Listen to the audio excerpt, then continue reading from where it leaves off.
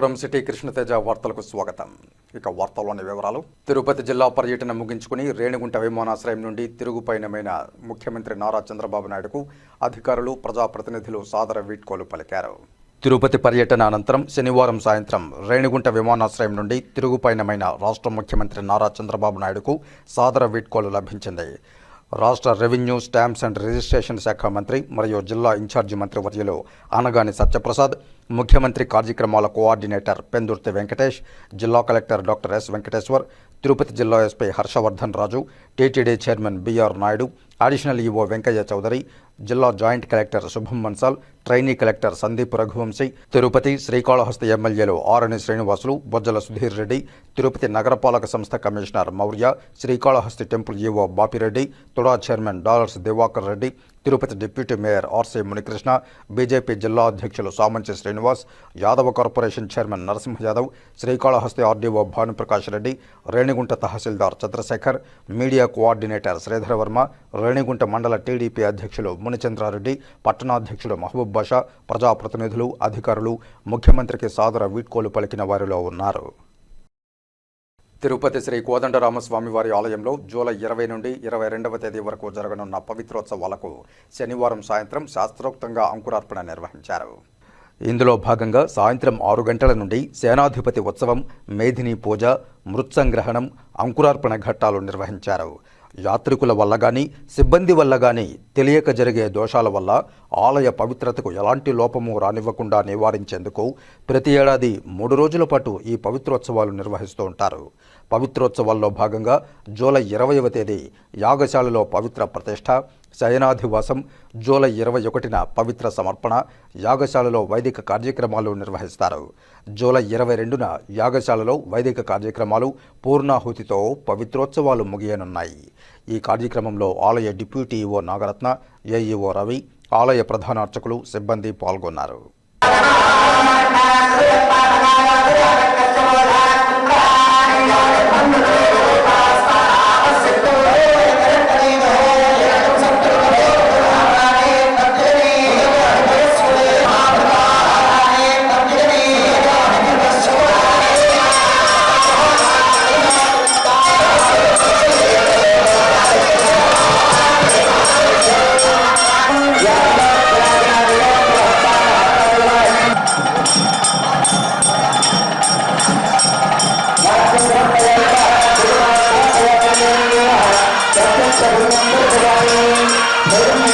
కలియుగ ప్రత్యక్ష దైవం తిరుమల శ్రీ వెంకటేశ్వర స్వామి వారిని పలువురు ప్రముఖులు దర్శించుకుని మొక్కులు చెల్లించుకున్నారు.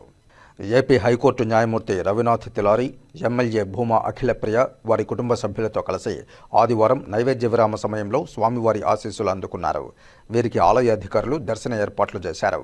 దర్శనానంతరం ఆలయ రంగనాయకుల మండపంలో వేద పండితులు వేదాశీర్వచనం అందించగా అధికారులు తీర్థప్రసాదాలను అందజేశారు.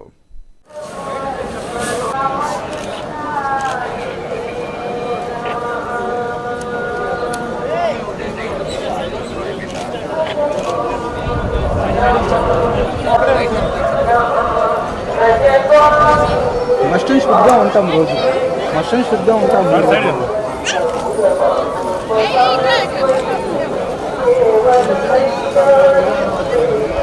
ఉంది ఉంది ఉందినా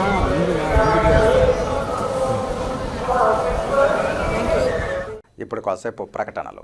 చదలవాడ దంత వైద్య కళాశాల మరియు సూపర్ స్పెషాలిటీ ఆసుపత్రిలో అత్యాధునిక దంత వైద్య సేవలు అందుబాటులోనికి తెచ్చారు. అన్ని దంత సమస్యలకు ఒకే చోట పరిష్కారం. అన్ని రకాల వైద్య సేవలు అందుబాటులో ఉన్న ప్రాంగణం చదలవాడ దంత వైద్యశాల. అనుభవజ్ఞులైన వైద్యులచే అందమైన చిరునవ్వు కోసం ఆధునిక దంత వైద్యం. పిప్పి పళ్లకు, రూట్ కెనాల్, చిగురువాపు వ్యాధులకు అత్యాధునిక చికిత్స. ఎత్తుపళ్ళు, వంకర పళ్ళు, రంగుమారిన పళ్లకు ప్రత్యేకమైన వైద్య బృందంచే చికిత్స. అంతేకాకుండా చదలవాడ విద్యా సంస్థల్లో రాయలసీమలోనే ఆర్కిటెక్చర్ కోసం మొట్టమొదటి private college Chadalavada Aruna school of architecture. అత్యుత్తమ ఇన్ఫ్రాస్ట్రక్చర్ కలిగి సమర్థవంతమైన టీచింగ్ స్టాఫ్తో విద్యార్థులకు ప్రాక్టికల్స్తో కూడిన విద్యాబోధన చదలవాడ అరుణ స్కూల్ ఆఫ్ ఆర్కిటెక్చర్లో. సంప్రదించండి చదలవాడ కృష్ణతేజ దంత వైద్య కళాశాల, రేణిగుంట రోడ్, తిరుపతి. తిరిగి వార్తల్లోకి స్వాగతం. గత ప్రభుత్వ హయాంలో లిక్కర్ స్కామ్లో ప్రజాధనాన్ని కొల్లగొట్టి లూటీ చేసిన వైసీపీ నాయకులు ఏ ఒక్కరిని వదిలిపెట్టే ప్రసక్తే లేదని, దోషులపై చట్టపరంగా చర్యలు తీసుకోవడం జరుగుతుందని తిరుపతి తెలుగుదేశం పార్టీ పార్లమెంటరీ నియోజకవర్గ అధ్యక్షులు గొల్ల నరసింహ యాదవ్ స్పష్టం చేశారు. తిరుపతి ప్రెస్ క్లబ్లో ఆదివారం ఉదయం మీడియా సమావేశంలో ఆయన మాట్లాడారు. గత వైసీపీ పాలనలో ముఖ్యమంత్రి స్థాయి నుంచి మంత్రులు, ఎమ్మెల్యేలు సైతం లిక్కర్ స్కామ్లో భాగస్వాములైన వారందరినీ సిట్ విచారణలో దోషులను తప్పక శిక్షించడం జరుగుతుందన్నారు. గతంలో చంద్రబాబు నాయుడుపై ఎటువంటి ఆధారాలు లేకపోయినా అరెస్టు చేశారన్నారు. తెలుగుదేశం పార్టీకి రాజకీయ కక్ష సాధింపులు లేవని, అక్రమ వ్యాపారాలు చేసిన వారు సాక్ష్యాధారాలతో రుజువైతే శిక్షించబడతారన్నారు. చంద్రబాబు నాయుడు ఏడాది పాలన చక్కగా నిర్వర్తించారని, తిరుపతి పర్యటనను విజయవంతం చేసినందుకు టీడీపీ నాయకులను, ప్రజలను ఆయన అభినందించారు. ఈ విలేకరుల సమావేశంలో టీడీపీ నాయకులు పాల్గొన్నారు. గత ప్రభుత్వంలో ప్రజాధనాన్ని లూటీ చేశారో వాటి అన్నిటిపైన కూడా సమగ్ర విచారణ చేపట్టి తద్వారా ఎవరైతే దోషులని తేలుతుందో వాళ్ళందరినీ కూడా అరెస్టు చేసే విధంగా కూడా ముందుకెళ్తూ ఉండడం. దాంట్లో భాగంగానే ఏదైతే మొదటి నుంచి కూడా లిక్కర్ కేసు అనేది గత 5 సంవత్సరాల నుంచి మేము చెప్తూ వచ్చాం. లిక్కర్లో కోట్లాది రూపాయలు కూడా వాళ్ళ జోబులు నింపుకున్నారు. రాష్ట్ర ముఖ్యమంత్రి దగ్గర నుంచి ఆ రోజు ఎమ్మెల్యేలు కావచ్చు, మిగతా వాళ్ళ మంత్రులు కావచ్చు, వీళ్ళందరూ కూడా ఇన్వాల్వ్మెంట్ ఉందని మేము చెప్పడం కాదు, ప్రజలందరికీ కూడా తెలుసు ఎవరు ఏ విధంగా చేశారనేది. ఈరోజు దానికి అనుగుణంగా అటు మొన్న చూస్తే చంద్రగిరి మాజీ ఎమ్మెల్యే చెవిరెడ్డి భాస్కర్ రెడ్డి కానీ, ఈరోజు పెద్దిరెడ్డి మిథున్ రెడ్డి కానీ ఇంకా అరెస్టుల పరంపర. ఈ యొక్క నివేదికలు చూస్తే వాళ్ళ సెల్ ఫోన్లు కానీ వాళ్ళ యొక్క డేటా మొత్తం కూడా ఏ విధంగా వాళ్ళు దాన్ని ఇది పెట్టినా కూడా ఏదైతే సిట్ అధికారులు వాటన్నిటిని కూడా బయటకు తీసి ఈరోజు తాత్కాలికంగా కూడా దీన్ని రిపోర్ట్ని కోర్టులకు సబ్మిట్ చేయడం జరుగుతుందని మనం చూసాం. సుప్రీంకోర్టు వరకు వెళ్ళారు మిథున్ రెడ్డి గారు బెయిల్ కావాలని, కానీ సుప్రీంకోర్టు కూడా తిరస్కరించి యథావిధిగా సిట్టు సంబంధించి ఏదైతే ఇన్వాల్వ్మెంట్ ఉన్నారో వాళ్ళందరిపైన కూడా చర్యలు తీసుకునే విధంగా లిక్కర్ కుంభకోణంలో ఎవరున్నా కూడా విడిచిపెట్టే ప్రసక్తే లేదు.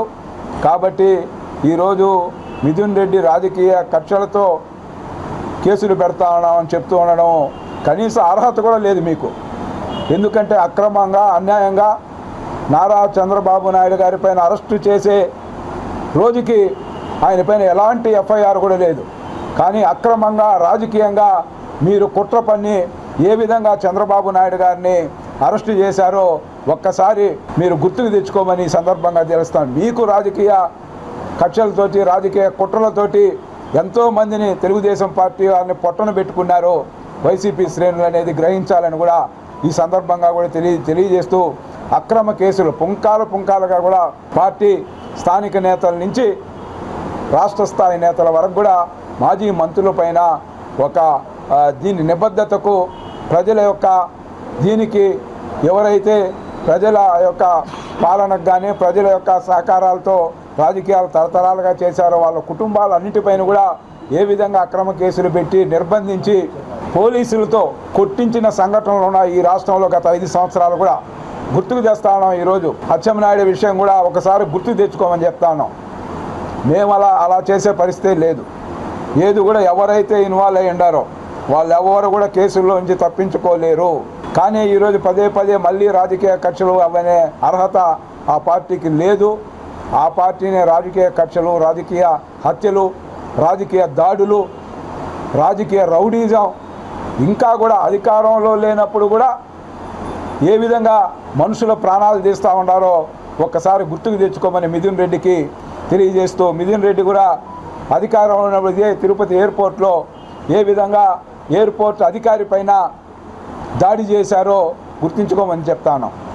కాబట్టి తెలుగుదేశం పార్టీ ఉమ్మడి చిత్తూరు జిల్లాలో ప్రజలందరూ కూడా ఈరోజు అటు చెవిరెడ్డి కానీ ఇటు మిథున్ రెడ్డి కానీ ఇన్వాల్వ్ అయిన తీరుని ఏ విధంగా ప్రజలందరూ కూడా ఈరోజు చూస్తూ ఉన్నారు. అందరూ కూడా ఇంత కోట్లాది రూపాయల కుంభకోణంలో వీళ్ళు ఏ విధంగా ప్రజాధనాన్ని లూటీ చేశారో ఆ రోజు కూడా చంద్రబాబు నాయుడు గారు చెప్పారు.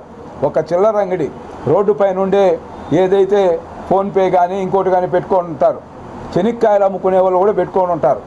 కానీ ఈరోజు ఇంత భారీ ఎత్తున వైన్ షాప్లో క్యాష్ అనే దీన్ని పెట్టుకొని ఎలా కూడా ఆన్లైన్ ఇది ట్రాన్సాక్షన్ లేకుండా మొత్తం డబ్బును కూడా లూటీ చేయడమే కాకుండా ఆ కంపెనీలు ఎవరి చేతుల్లో ఉన్నాయో వాళ్ళందరినీ కూడా బెదిరించి, లిక్కర్కి సంబంధించిన కంపెనీలు అందరినీ కూడా బెదిరించి వీళ్ళే మొత్తం ఆ కంపెనీలన్నీ కూడా స్వాధీనం చేసుకొని ఏ విధంగా లూటీ చేశారో, ఇటు ప్రభుత్వ ధనాన్ని అటు ప్రైవేటు వ్యక్తుల్లో ఉన్న సంస్థలను కూడా ఏ విధంగా లూటీ చేశారో ఒక్కసారి ఆలోచించమని జరిగిన వాస్తవాలు.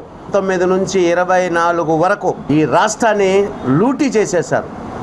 ఈ లూటీలో పెద్ద పాత్ర పోషించిన వాళ్ళలో జగన్మోహన్ రెడ్డికి ముఖ్య అనుచరుడు మిథున్ రెడ్డి, చెవిరెడ్డి భాస్కర్ రెడ్డి.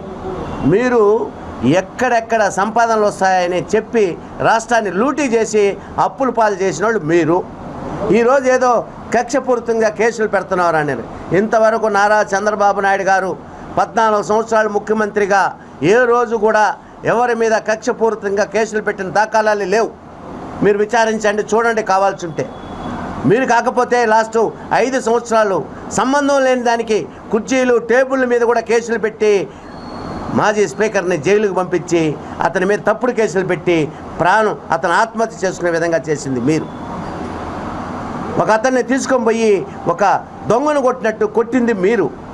ఒక అతనికి ఫైల్స్ తిరగలేమంటా ఉంటే అచ్చెన్నాయుడు గారిని ఊరంతా తిప్పింది మీరు. కక్షపూరిత పరిపాలన చేసింది జగన్మోహన్ రెడ్డి వాళ్ళ ఆస్తుల మీద, తెలుగుదేశం పార్టీకి సంపదాతల ఆస్తుల మీద చేసింది మీరు. మామూలుగా ఒక దిష్టిబొమ్మ కాలిస్తే 307 పెట్టి జైల్లో 10 రోజులు పెట్టిన దాఖలాలు మీది. చంద్రబాబు నాయుడు గారు 14 సంవత్సరాల్లో ఏ రోజు కూడా ఎవరి మీద తప్పుడు కేసులు పెట్టిన దాఖలాలే లేవు. ఈరోజు ఏదో మిథున్ రెడ్డి, చెవిరెడ్డి భాస్కర్ రెడ్డి ఇంకా అందరూ మేము తప్పు చేయలేదు, మమ్మల్ని ఊరికైనా అన్యాయంగా అరెస్ట్ చేస్తామంటే ఎందుకు అరెస్ట్ చేస్తారండి? మరి సుప్రీంకోర్టుకు పోయినావు, మళ్ళీ అది న్యాయం అంటే నీకు ఇచ్చి ఉండొచ్చు కదా. అన్ని కోర్టులకు పోయినావు, ఇచ్చి ఉండొచ్చు కదా నీకు న్యాయం ఏంటే. కోర్టులు తన పని తను చేసుకుంటుంది. మీరు చేసిన తప్పులకి శిక్ష అనుభవించక తప్పదు. ఇంకా జగన్మోహన్ రెడ్డితో సహా అందరిని కూడా అరెస్ట్ చేస్తారు. మీ ఇష్ట ప్రకారం చేసేస్తే ఇటు కళ్ళు మూసుకుంటారు అనుకుంటున్నారు అంతా. ఐఏఎస్ ఆఫీసర్లు జైలుకి వెళ్ళిపోయారా? మీ ప్రభుత్వంలో ఐఏఎస్ ఆఫీసర్లు జైలుకి వెళ్ళిపోయి ఇంకొక ఐఏఎస్ ఆఫీసర్ కూడా రెడీగా ఉన్నారు జైలుకి పోయేదానికి. మీరు చేసేసి లూటీని రాష్ట్రాన్ని మళ్ళీ మాట్లాడుతున్నారు. మిమ్మల్ని తొందరలో జగన్మోహన్ రెడ్డి కూడా అరెస్ట్ చేసే రోజులు దగ్గర పడ్డాయి. రాష్ట్రాన్ని నారా చంద్రబాబు నాయుడు గారు, పవన్ కళ్యాణ్ గారు కూటమి బ్రహ్మాండంగా పరిపాలిస్తున్నారు. ప్రజలకంతా కూడా మంచి జరుగుతూ ఉంది. మీరు దాన్ని ఓర్చుకోలేకుండా ఈ మనకు తప్పుడు ఆరోపణలు చేస్తున్నారు. మీరు లూటీ చేసిన వాళ్ళు ఎవరిని వదిలే ప్రసక్తి లేదని కూడా తెలియజేస్తున్నారు. ఈ వార్తలు ఇంతటితో సమాప్తం. రాత్రి 8:30 ప్రసారమయ్యే సిటీ కృష్ణతేజ వార్తల్లో సమగ్ర సమాచారంతో మళ్ళీ కలుసుకుందాం. అంతవరకు సెలవు. నమస్కారం.